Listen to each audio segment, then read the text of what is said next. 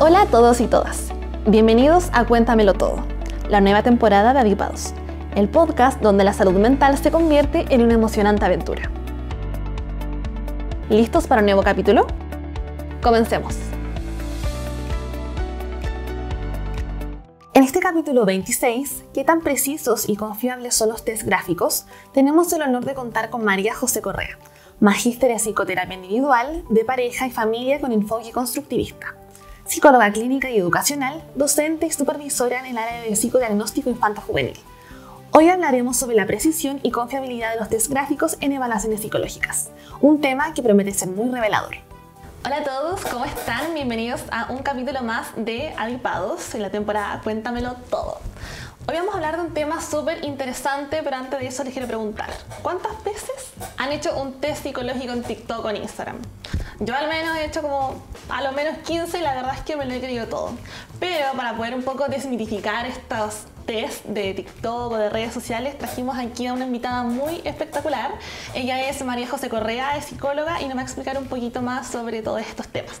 María José, bienvenida, ¿cómo estás? Gracias, bien, gracias. Súper, en verdad es un agrado aquí tenerte en Cuéntamelo Todo. La idea es que podamos abordar un poquito de estos temas de los test gráficos psicológicos. Entonces, para poder comenzar con la primera pregunta, quiero decirte, ¿qué tan precisos y confiables son estos test gráficos? Porque sabemos que estos de redes sociales son básicamente sin fundamento, pero queremos hablar de los test gráficos originales. Ya, bueno, eso es un tema bastante recurrente, ya el tema de que qué tan confiables son, si lo hacemos por internet, si lo necesitamos hacer en persona, presencial con otro psicólogo, evaluador.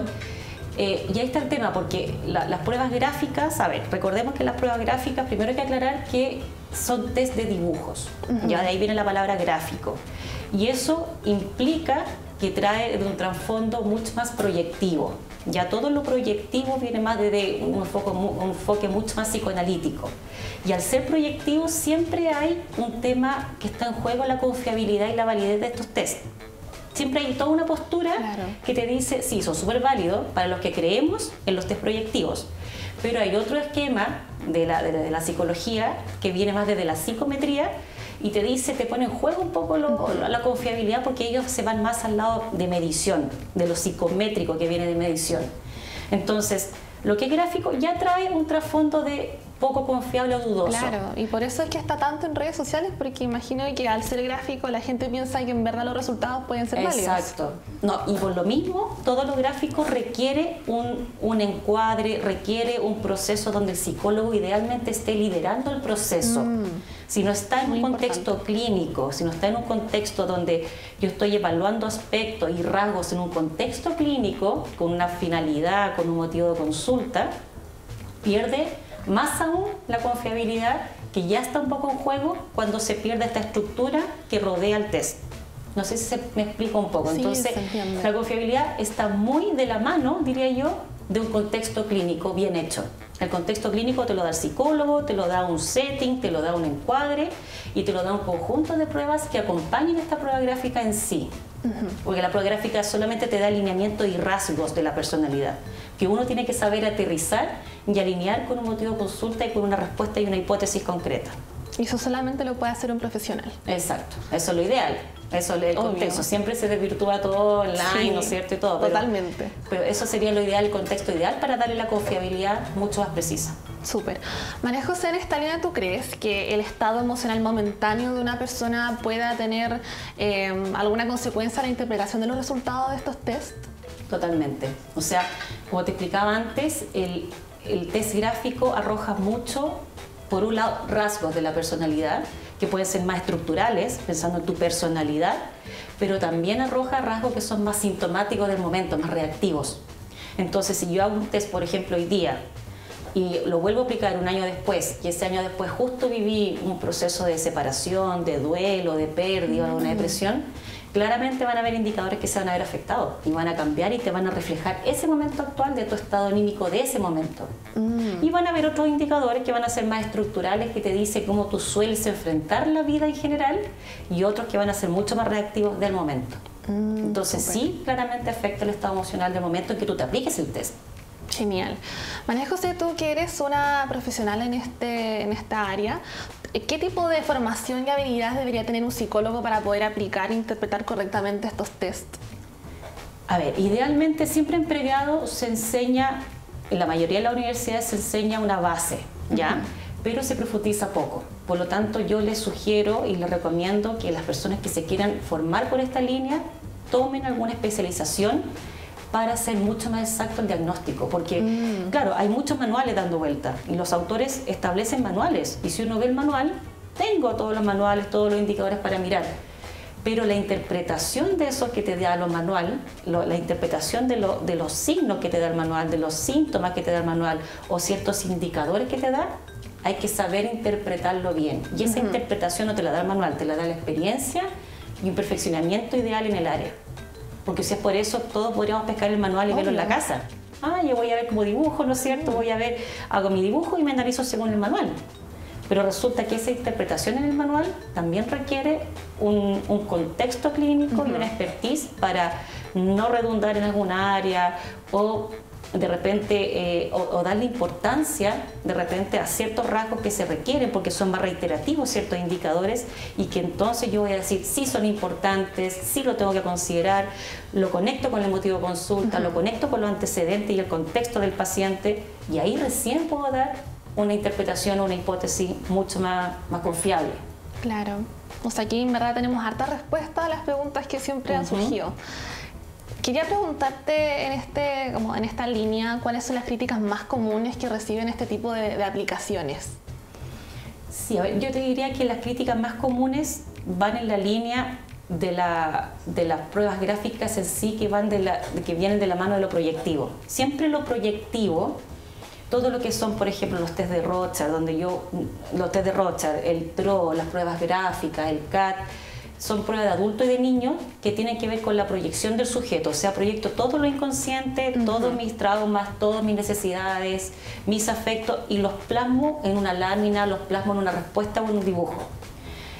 Pero resulta que eso proyectivo, como viene más de la línea inconsciente, no tiene una forma de medir más allá que en base a estudios se han llegado a acuerdos de medición y decir, ya, toda esta gente que dibuja de esta forma es porque tiene tal patología. La gente que dibuja o da tal respuesta tiene esta otra patología.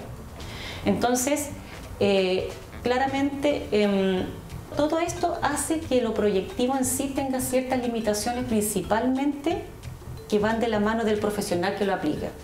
Si yo llego y lo enseño a diestra y siniestra a cualquier persona que no tiene el perfeccionamiento y no tiene el cómo llegar a interpretar adecuadamente, se nos baja un poco la confiabilidad, y con eso por supuesto que aumentan las críticas. Pero una persona que lo realiza bien, con perfeccionamiento, entendiendo que ya lo proyectivo per se trae dudas, per se trae desconfianza, por la línea que viene un poco esto marcado dentro de la línea de la evaluación de la personalidad, le resta la credibilidad, ¿me entiendes? Le resta como la seriedad al asunto si es que no soy capaz de insertarlo en un contexto adecuado, clínico principalmente. Entonces, como lo que les decía, esto hace, como viene de la línea proyectiva ya viene con un background mucho de confiabilidad. Y eso hace que las limitaciones, si es que el psicólogo que lo hace o el profesional que lo aplica no tiene la expertise, sea aún mayor. Porque las limitaciones principalmente van a ser confiabilidad, ¿ya? ¿Qué tan confiable es? Porque no trae una métrica, no tiene una medición que se pueda hacer, sino que solamente aplicación e interpretación de signos verbales, de signos no verbales, de los test, y eso poder enmarcarlo en una hipótesis clínica. Y por otro lado, la limitación principal que podría ser el profesional que no se especialice en esto, por lo mismo. Ya o cualquier persona. O cualquier persona, claro, que cualquier persona cree que es fácil porque es amigable, sí son pruebas muy amigables. Pero eso hace que la gente finalmente prácticamente quiera jugar un poco con esto, y finalmente me trate de interpretar yo, o lo haga en la familia, me lo hago en la micro, me lo hago en la calle. Como casi leerse el tarot ahí. Claro, exactamente. Entonces eso te hace que no sea el contexto adecuado para la prueba clínica. No sé si ahí se puede, me explico. Se entiende. Y por último, quiero consultarte un poco tu opinión respecto a todas estas pruebas que se hacen en redes sociales, que sabemos que hay muchos niños, niñas, adolescentes que hacen estos test y que quizás se autodiagnostican cosas en base a resultados muy poco confiables. Entonces, ¿cuál es tu opinión frente a esto? Bueno, un poco volviendo a lo que hablábamos, siempre idealmente para una prueba proyectiva, en general cualquier prueba psicológica, pero como estamos hablando de lo proyectivo, lo gráfico, es ideal que sea en un contexto con un clínico a cargo, un contexto clínico con un profesional, con un psicólogo que lidere el proceso. Eso es lo principal. Entonces, cuando uno empieza a hacerse estas pruebas en TikTok, en las redes sociales, desde hace mucho tiempo antes, incluso en Google, uno googleaba la respuesta, ¿cómo tengo que dibujar a la persona bajo la lluvia? Sí, ¿Cómo tengo que dibujar? Para la entrevista de trabajo. Por ejemplo, claro. Pero claro, te van a salir alguna referencia. A lo mejor te van a decir, ya, dibújelo con la cabeza así, con paraguas, sin paraguas. Te van a decir algunos datos que sí pueden ser de alguna manera ciertos.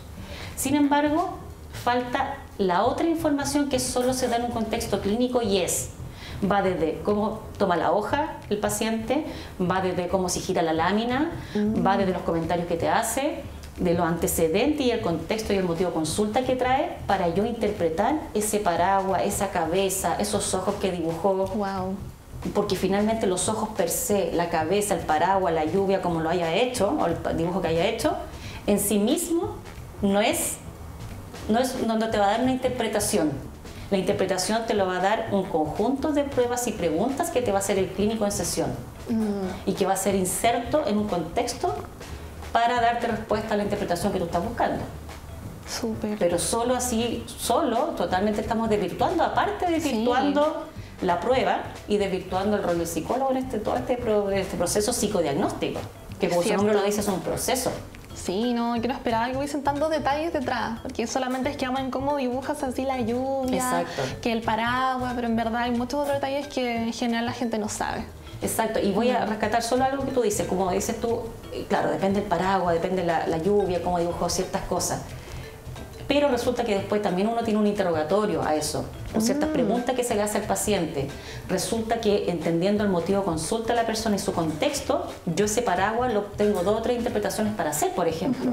O los ojos, la boca que le hizo el paciente a ese dibujo, pucha, a lo mejor lo interpreto por cierta línea, lo interpreto por otra línea, según otros indicadores que me dé, según la respuesta o cómo actúo frente al test. Entonces no es simplemente decir, mostrar dientes, o dibujar dientes, por ejemplo, es agresión. Dibujar paraguas chica es poca defensa. O sea, puede significar otras cosas más. A eso quiero decir. Eso solamente lo sabe un experto. Exactamente. Por eso es importante la certificación, ojalá, y la experiencia en el uso de estas pruebas. Súper. María José, te quiero agradecer en verdad por compartir tu conocimiento con nosotros. Este ha sido el capítulo de Cuéntamelo Todo, así que nada, muchas gracias por venir acá y nos vemos próximamente en otro capítulo de Adipados. Chao, chao. Recuerden que pueden seguirnos en todas nuestras plataformas, así como en Spotify, YouTube y nadipa.cl/adipados para no perderse ningún detalle de los próximos capítulos.